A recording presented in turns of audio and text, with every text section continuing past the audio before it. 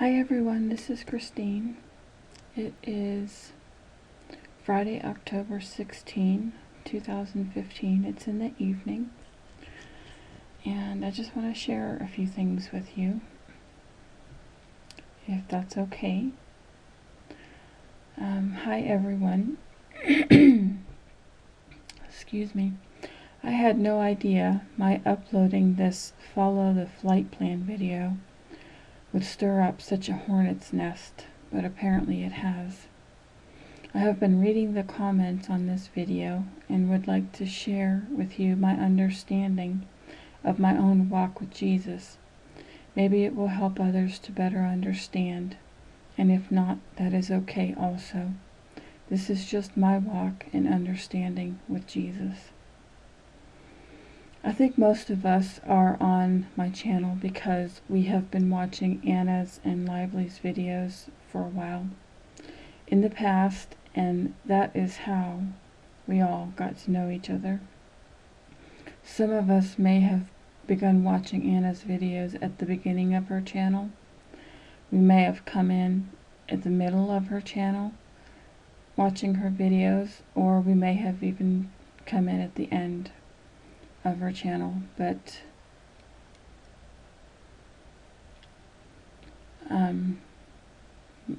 maybe not everyone has watched all of Anna's videos from the beginning, and because of that there may be some loopholes in information or understanding, and that is what I'm hoping to bridge the gap in.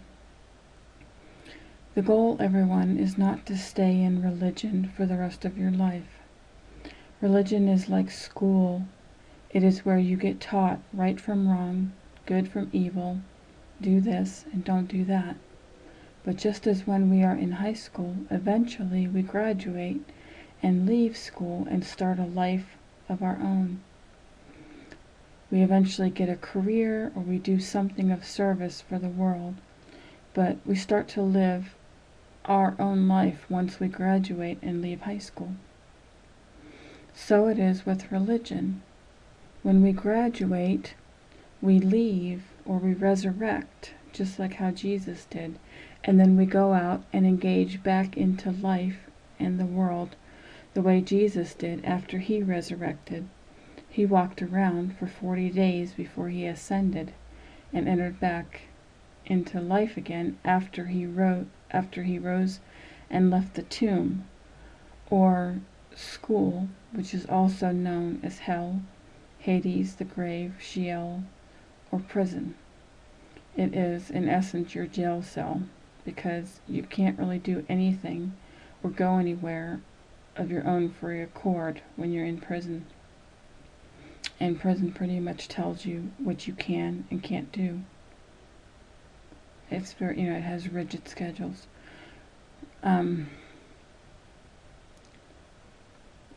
Religion forbids certain things too. Religion will make you conform into a box where we have to do such and such thing in order to be accepted, or we have to conform in order to be accepted. It is the Tower of Babel, or Bible, and it is made of bricks. The Tower of Babel is made of bricks that are all the same shape and size, just like a brick building, meaning every brick or every person is the same because they all have to conform and do and think and believe the same thing in order to be accepted. The box of conformity is your coffin that you squeeze yourself into in order to conform. When you died, you entered into religion, because when you got baptized, you went under the water or drowned, gave up your life, and died with Jesus in his death. And everybody knows when you die, you get put into a coffin. You died, hence you got baptized into religion, into your coffin, into conformity, and in religion is where you conform to the four walls of the box, again, which is your coffin. It tends to take life away from you. because of what you are and aren't allowed to do. The reason Jesus becomes our Savior when we get baptized is because we enter into the abyss, the bottomless pit. It is an ocean of dark waters, and where the sea serpent, the devil, lives. We would not make it through these dark waters if we did not have a life preserver or inflatable device with us to keep us afloat. And that is what Jesus becomes for us. He is our Savior because He is our life saver. Like the lifesaver candies, but also like those round inflatable devices. But had we not died in baptism and in religion, we would not have needed Him as a Savior. Why? Because the world is not lost. It is the religious who are lost. They are lost because they gave up their soul when they chose to die in the waters of baptism and enter into religion, hence giving up their first estate, because they had life. They had a law within themselves. Your conscience, your gut conscience, you have your God inside of you tells you what's right and wrong, but you turn that light off and start listening to a book and pastors and preachers telling you what's right and wrong. Even if it goes against your conscience, you still do it to conform. And that's what kills you. You end up putting your own light out in order to accept a different law, which is the law of the book. It is the religious who are lost. They lose their soul when they choose to give it up and die in the waters of baptism, and then enter into religion and shove themselves into their coffin box of conformity in order to be accepted. It is cookie cutter people where people lose their uniqueness. Jesus also becomes our soul when we die because we lost it. He becomes the soles of our shoes because we now have to walk through the fires of hell. So His soul on the soles of our shoes keep our feet from being burned. And that is how we are able to walk through the fires of hell. Inflatable devices need air to become inflated. It is also like those inflatable toys that children play with in swimming pools to keep them afloat. And an inflatable device needs air in it in order to get, quote, puffed up, end of quote. So when we enter into religion, we end up becoming puffed up or inflated with leaven and self-righteousness, thinking we have all the answers, when in truth, all we know and are learning is darkness and judgment, hellfire and damnation, which we end up spewing out at people who refuse to get saved and enter into religion with us. We think spiritually, or we get spiritually flipped upside down, thinking that the world is wicked and evil, and that we, the religious, are the saved and the righteous ones. But this is not true. In truth, we stink. This is why Jesus yelled at the Pharisees and scribes, because they were puffed up and self-righteous. But we can't help it. In religion, we get puffed up, and that is part of our flotation device. So it's needed. We need it, actually. It's part of our flotation device, again, to get us through the waters of the abyss. However, once you come to the end of your walk, and you graduate from school and step out of the abyss waters, or hell, you go back onto the surface, and you go back to being humbled, to being humble. You deflate yourself, because you realize that everybody's equal. There's no hierarchy. So there's no puffed upness. There's no righteousness in it.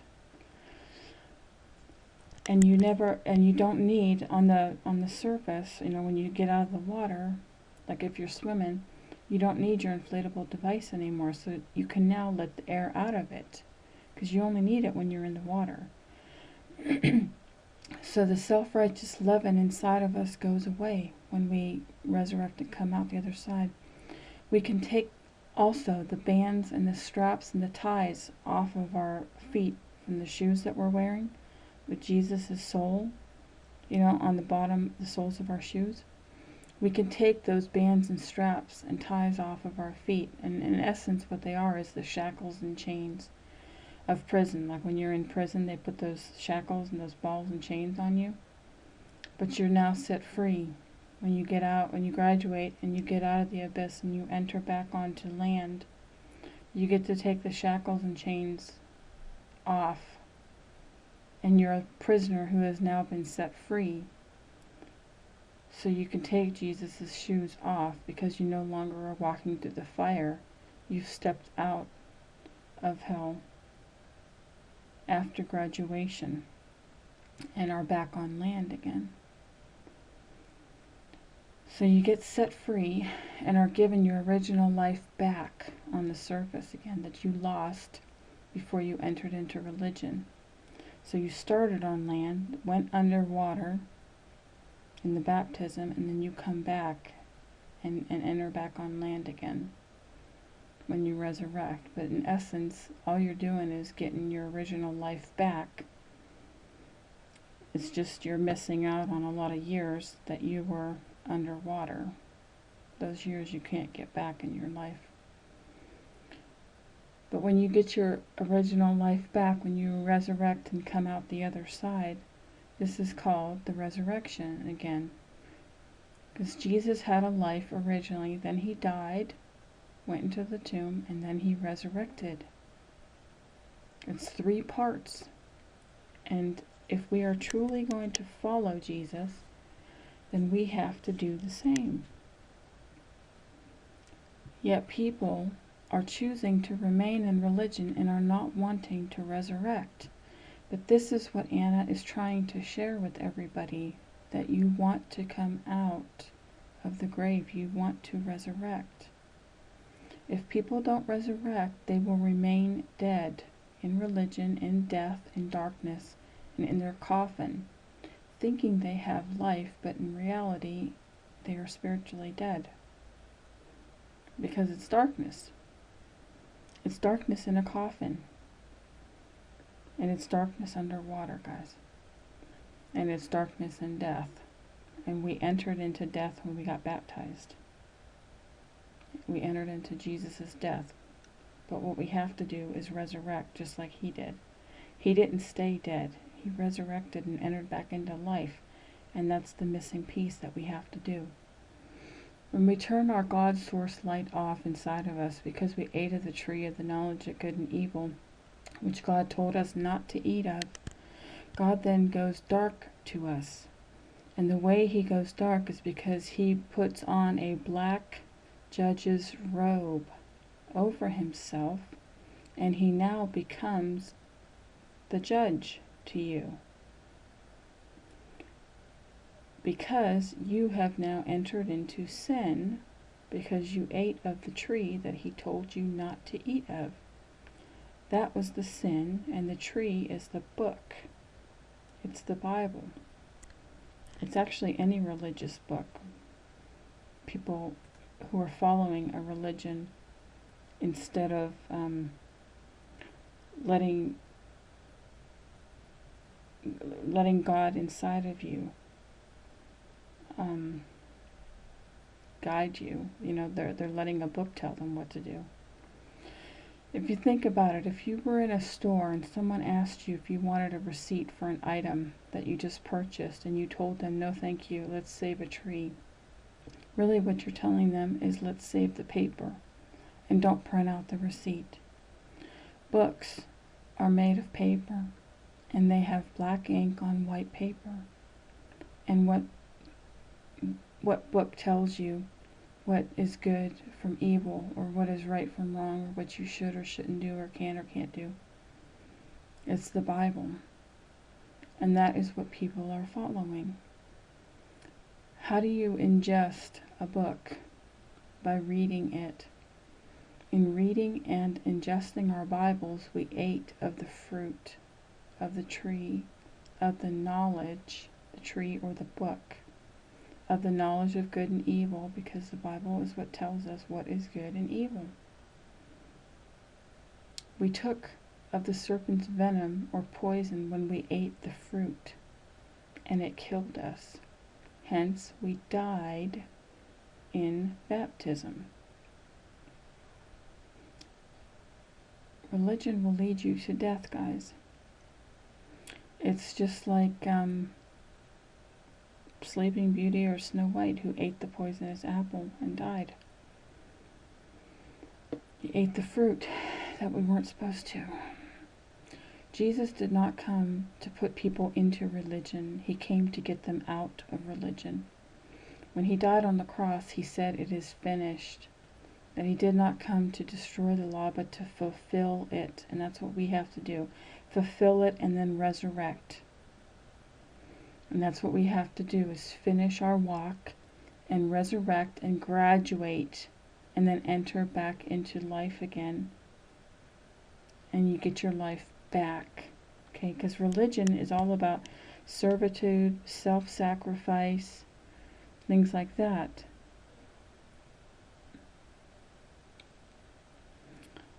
We're not servants, guys. We're brethren. Okay? We were servants. When you're in religion, when you're in the abyss, then yes, you're serving. But when you graduate and you become a brother, you're an equal. There's no more hierarchy. God is life force energy. It is creation, and everyone who has life breath in them has God's Spirit in them. We can't be alive and breathing unless we have God's life breath in us. When we die, we give up the spirit or the life breath, just like how when a physical person dies, they stop breathing or they give up the breath. When we died and entered into religion by ingesting the book or the fruit of the tree of the knowledge of good and evil, we died and thereby gave up God's Spirit. We turned our light off and we went dark. And that's why God put on a black judge's robe. He went dark because we went dark. We sinned, so now he became our judge. This is the veil that Anna's talking about. That when you see God for who he really is, he takes the robe off and you realize that he's love. He's not the judge. He's only the judge when you're under sin and under law. That is again why Jesus had to be our Savior and our soul, because we lost it. Those in religion, or of any sort of religion, are the fallen angels, guys. It's us who are fallen. It's not the world who is fallen, who needs saving. It's us in religion who we fell from grace. We fell from our natural state. Just like Adam and Eve fell from their natural state, we in our natural state had light in us originally. And we fell when we ate of the tree, when we entered into religion and took a different law unto ourselves instead of remaining intact with our own light that God had given to us at birth. But that life is what you get back when you resurrect. But you don't resurrect until you complete it. You got to fulfill the book, just like Jesus did. He fulfilled it, and then he graduated. We have to fulfill the book and graduate, and then we get back. Then we get to resurrect. We went dark when we put our light out. When we fell, just like what happened to Adam and Eve. And then we got cast out of the garden also. But when we resurrect, as Jesus did, and we come back to life, Jesus gives us our first estate back. He gives us our life back. And that is why in my video, Follow the Flight Plan, I was given my captain's hat and my captain's uniform back, and was given my airplane back, or my life back. Guys, I've graduated and I've resurrected, and so did Anna. And now she and I, we're trying to reach you to help you to resurrect also. I've been given my life back, my airplane back, guys. Because I resurrected, I graduated. Jesus, trust me. This is what Anna was talking about in her comment on that video. But we won't be able to resurrect until we understand our walk through hellfire and through the abyss. And hopefully this explanation will help you with that transition. As soon as this makes sense to you, what I'm sharing with you, and you get it, the light bulb goes off in your head and you understand it. And it's like, yes, I get it now. That's when your eyes open again and you take your first breath again. It's like Sleeping Beauty when she wakes up. It's like, you take your first breath again because you get it. It's your aha moment. This is why at the end of Anna's videos, at the end of each of her videos, she always asks everyone to wake up and to come out of the grave. This is why she says that, because of what I'm sharing with you. I hope everyone can understand now why she says that and asks this of each of you at the end of her videos. Jesus is the Savior. He is our Savior, but we only needed him as a Savior and as a life saver, as an inflatable device, because we fell into the abyss. And we fell into it when we entered religion after we ate of the tree, the book, the Bible that has the knowledge of good and evil in it. And until you resurrect, so he needs to be our Savior and our life saver and our soul and the soles of our shoes until we resurrect. And then we don't need the Savior anymore, because we're back on the surface, we're back on the ground. So we don't need the inflatable device anymore, and now we become his brother instead of his servant. You're his servant when you're in religion. You become his brother when you resurrect, and you step back on the beach, back on land, out of the water, out of the abyss. And then you get your life back, and you graduate from school, and you resurrect. And when you get back on the world, then you go and create a life, and you become of service. Well, we're doing service in religion to our fellow man, but you're given your life back, and your first estate that you lost and you gave up when you died is given back to you. So once again, I hope this helps people to understand. I realize this video might stir up another hornet's nest, but I'm saying it with good intentions to try to help everyone, so hopefully it has helped. And I just want to close with the same words that Anna usually says. It's come out of your graves, guys, and resurrect. And I hope this understanding has helped you to see the walk that we all go through.